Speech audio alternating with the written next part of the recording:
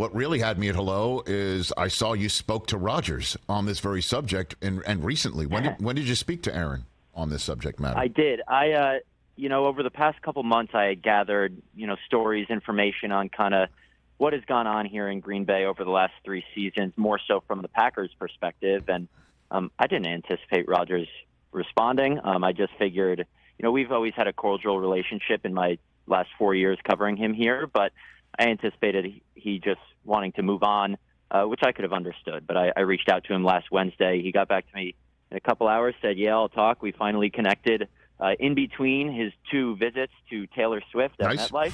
Okay. And talked for about 30 minutes. I believe it was Saturday. And I made it very clear to him at the beginning of the call, I would take everything he said on the record with his name attached unless he clarified otherwise. He's smart. I'm not trying to trip him up or anything or pull a fast one. And everything was on the record. And as you know, since you've talked to him plenty of times over the years, he speaks his mind, and as reporters, we appreciate that. No, I know that, and he must like you because he says in the piece that he only speaks to people that he likes, and I'm assuming you FaceTimed him. Did you FaceTime him, Matt? Did you FaceTime him? I did not, okay. but I will say he was on the East Coast at the time I talked to him on the phone.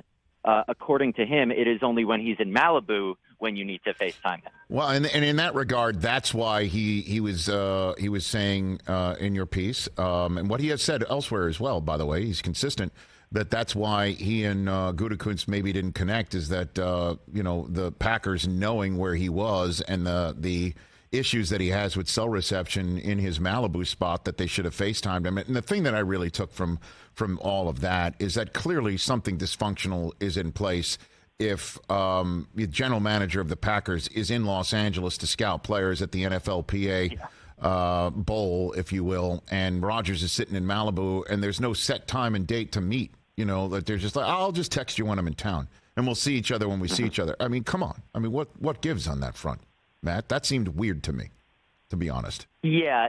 We all certainly have our beliefs on what really happened, who's in the right, who's in the wrong.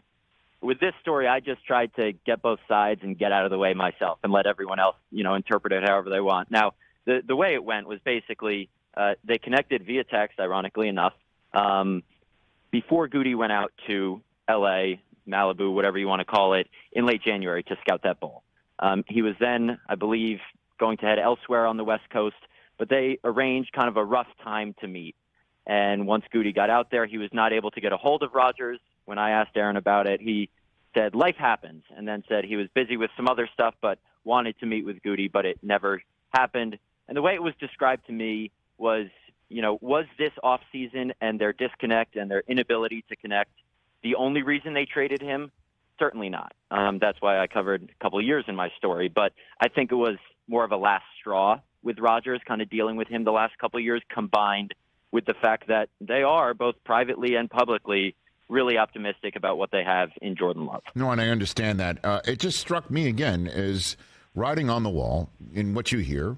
Rodgers didn't want to be there anymore, and I don't think the Packers wanted him either. Like it was time. Like it was finally time to go separate ways, and Rodgers is in a better spot. Even he says that he feels that there's better communication, I imagine, with the front office, Joe Douglas, and even Woody Johnson than he had with Green Bay. That's what he told you, right, Matt? Correct?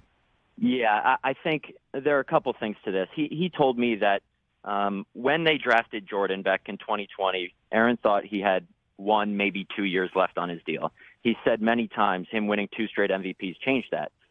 So to me, that means he thinks the Green Bay was just looking for their first out. Now, there were a couple outs this offseason. He had kind of a down year, which obviously the broken thumb factored into that. His contract provided an out because although it was a 3-year extension, it was essentially a 1-year deal with an out and then 2 more years tacked on if he wanted to keep playing in Green Bay. And then the other out is they think Jordan Love's finally ready for the first time. So one interesting thing that Aaron told me was in his exit meetings, he stayed in Green Bay for about a week after the season, and he told me that the Packers told him they wanted him to stay, that they wanted him to retire a Packer. Then the phrasing Aaron used with me was something changed in February. Now that, inability to connect was kind of in between that. So that was probably the last straw. And then everything about, the darkness retreat and him coming out and finding out from his agent that they were shopping him. And then at that point, Aaron said, Dave Dunn, his longtime agent, you just deal with Goody. I have nothing else to say. And the line that everyone's running with, and I was kind of a little taken aback when he said it, but this is another one of those times Aaron just speaks his mind. Mm-hmm. He said to me, he essentially thought the Packers wanted to move on all along. He thought Goody just didn't like how little they communicated over the years relative to other people. And then the money line was Aaron saying, I talk to people that I like. Explicitly saying he does not like Brian Gutekunst, which I think we all could read between the lines over the years that was the case. Well, wasn't that also confirmed by your reporting on the 2021 demand that it's either Gutekunst who's gone or he needs to be traded, Rodgers, through David Dunn? You reported that. Can you walk me through your reporting there, Matt? Yeah, I had heard from someone associated with the team who has knowledge of that request that Dave Dunn essentially called Mark Murphy early in the 2021 offseason before Schefter broke on draft day that Rodgers wanted out, and that kind of shocked everybody because he still had 3 years left on his deal. But Dave Dunn called Mark Murphy early that offseason and said, you either fire Brian Gutekunst or trade Aaron. And Mark said neither. And then I asked Aaron about that, and he said, I don't know if that's accurate. You need to ask Dave about that. In my 4 years covering the Packers, I'm like 0 for 162. I'm exaggerating on contacting Dave Dunn. So he didn't respond. But I will say, I'm reading between the lines here a little. There were a couple things Aaron and I talked about that he strongly denied. One of them being the Packers not being pleased with his effort over the past 9 months. And he obviously pushed back against that. He did not push back against the fact that Dave Dunn, gave Mark Murphy that ultimatum. And let's be real. Dave Dunn isn't giving that ultimatum on his own. That's a directive from Rodgers. So Rodgers has said in the past that he never, I don't know the exact wording, but he never tried to get Brian fired. Okay, well, maybe he didn't, but your agent did. So Aaron's smart enough where he can work his way around that. But in my mind, I don't think I'm reading too far ahead that Aaron kind of deferring to his agent on that and not straight out denying it like he did. Other things means, yes, Dave Dunn did kind of request that ultimatum. Well, and again, this is all just, excellent food for thought and great fodder, certainly to talk about on the last day of May. No doubt about it, Matt, because, look, no matter how awful this sounds or awkward it sounds or difficult it may be for Packers fans to hear, this is nothing. Like, literally, the Favre departure from Green Bay is holding this beer. There's no question about that. Correct. And Favre wound up becoming part of the Packers family again.